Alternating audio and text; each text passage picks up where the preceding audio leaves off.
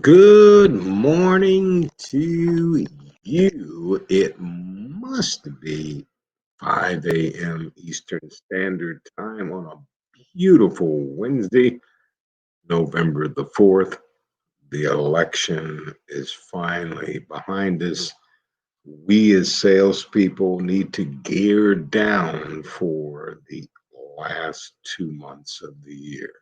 A lot of money to be made, a lot of bonuses to pick up from all of your work during this coronavirus in the beginning. So, whether you're outside, inside, major account, up and down the street, in home, no matter what, retail, automotive, let's get to it because you have to get to work. So, my tips for today was going to deal with car salespeople. This is the time of year where we get a lot of opportunity to line our pockets, but our processes, our internal way of communicating, are being air quotes scared or an order taker. All these things start to shine because you're trying to drive home those numbers. So, just a couple of tips. Every car buyer is different. Please keep in mind of that. No matter who you are trying to sell that all and different background product, you still need to be different. No two car deals are the different. So why would you think that there wouldn't be the same for a car salesperson? Find a way to be the best that you can so when you engage with the guest, they're seeing you different than those other salespeople that they've been viewing or talking to or on Zoom with. People need to have cars because they have to buy things. And many times in today's world, vehicles are the only way because I do not want to rent things. So here's what you need to keep in mind. No matter what customers say to you at the beginning of the engagement, besides welcome to the dealership, they don't come to your showroom to waste a few hours. They came to buy a vehicle. And it's your job to sell them a vehicle by determining their buying triggers and satisfying their needs while making the use of the car sales techniques and training that your manager or some coach gave you. This is one of the most difficult tips that salespeople often forget when they're working with clients. Another one, we have all heard of the term buyers are liars. Well, the customer uses the same line when it comes to us. Salespeople are liars. What can we do to take that stigma away? Transparency. Transparency. Ask good, high gain questions. Take copious notes unless you can stroke straight into your CRM. And the biggest thing that salespeople do not do after you had your 8 minute, 10 minute, whatever minute conversation, are you recapping with the guests about their needs, wants, and desires? Mr. Customer, thank you for that opportunity. I think I have a better idea of what your wants are, but let me see if I'm having a good Tuesday. You said, not me, you said you had to have this technology package because of. Here's where that liar comes in because you just asked two or three questions, got up and left, and the customer never had a chance to give their input. Please be careful of that.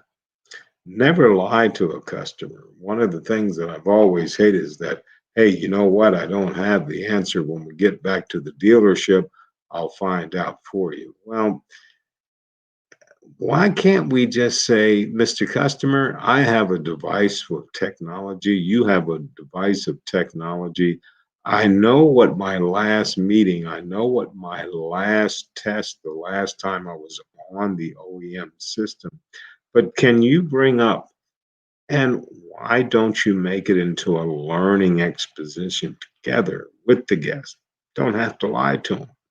Remember, potential car buyers will ask you what seems to be some senseless questions to you, but your first reaction should be that I'm smiling, I'm writing it down, and I'm going to come up with some questions about what happens if you cannot get A, B, or C, or in a ranking order. Now that we have your needs, wants, and desires, what's most imperative first, second, third? What can you live without? What are the must haves? Find a way to work with the customer that they can see that you are really being helpful, not just an order taker. And don't badmouth other dealers.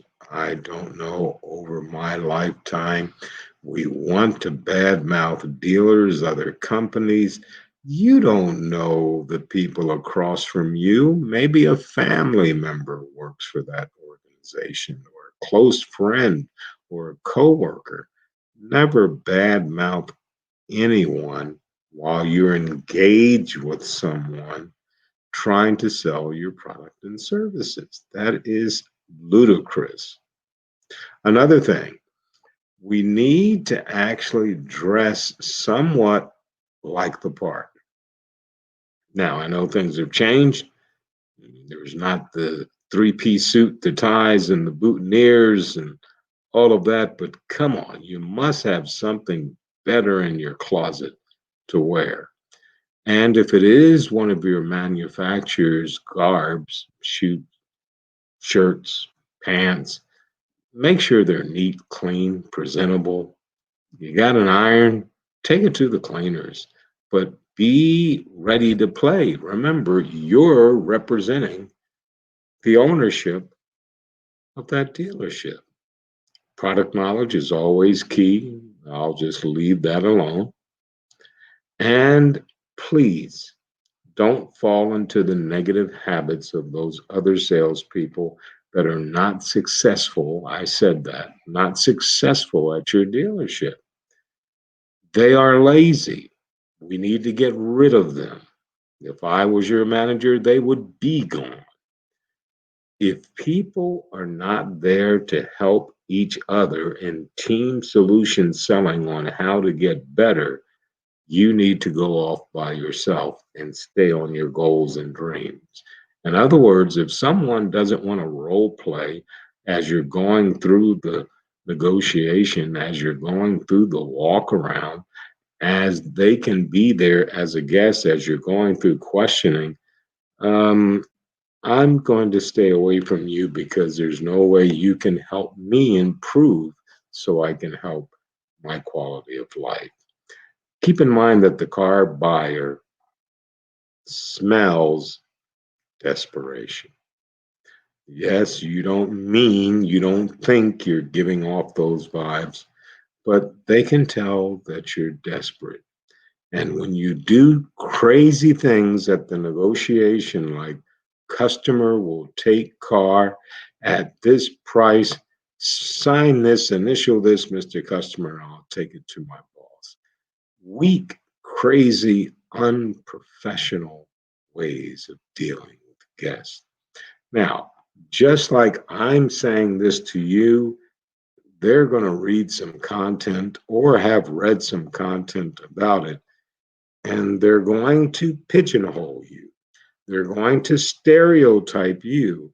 But all of us in the automotive family are going to suffer because they're going to say all automotive salespeople must be the same way, and we're not. Find a way to reach your goals. What is the best way to do it? Make sure you follow a process consistently, 100% of the time, so there's no glares, there's no errors. The key is seeing you adding value as they're trying to explore their needs, their wants, their desires. They're going to buy from someone. Shouldn't it be you? Well, do something different, say something different, look different, and you'll have that opportunity. Once again, Brandon Hardison's for Hardison'S tips on a beautiful, beautiful day. It is Wednesday, November the 4th of 2020. It's been a tough year, I know, gang, but we're getting through it and it's only going to get better. As always, in parting, please remember, go on out and have a champion.